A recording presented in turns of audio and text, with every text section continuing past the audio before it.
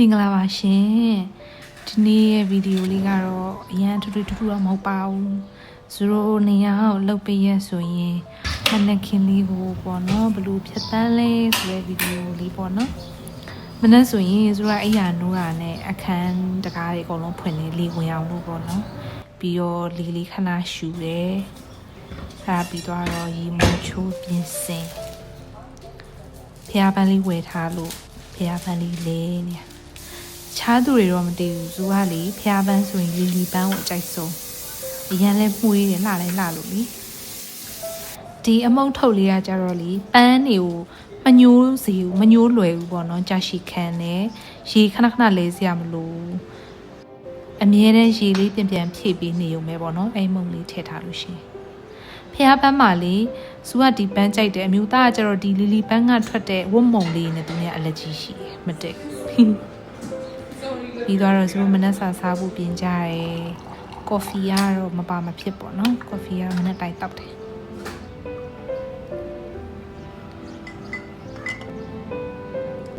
သူကဖျားနေတာ3ရက်လောက်ရှိနော်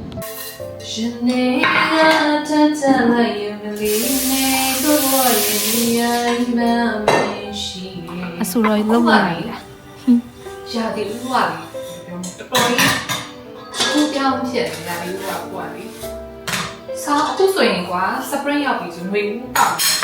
ပေါက်နေရဘူးအခုဆိုအေးနေတော့ပြီးတော့ तू ကဖျားနေတော့အမထိုင်တယ်တော့တိုက်တယ်ibuprofen တိုက်တယ်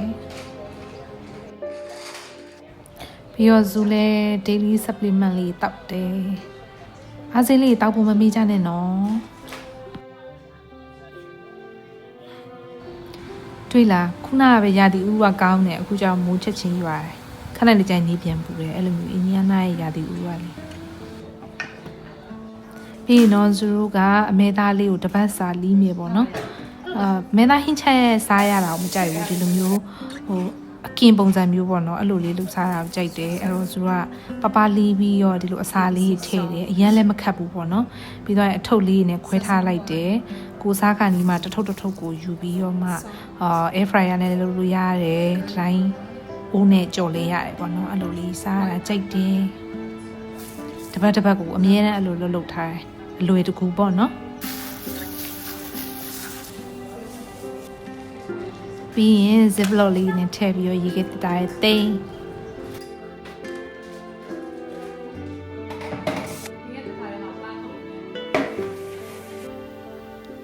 စေးတောက်ပြီးတော့ခန်းထဲမှာသွားအိတ်ဆိုတာမအိတ်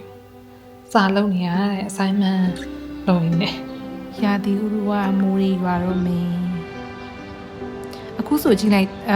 တရွက်လေးစင်းဆူဆူလေးဖြစ်သွားပြီပေါ့နော်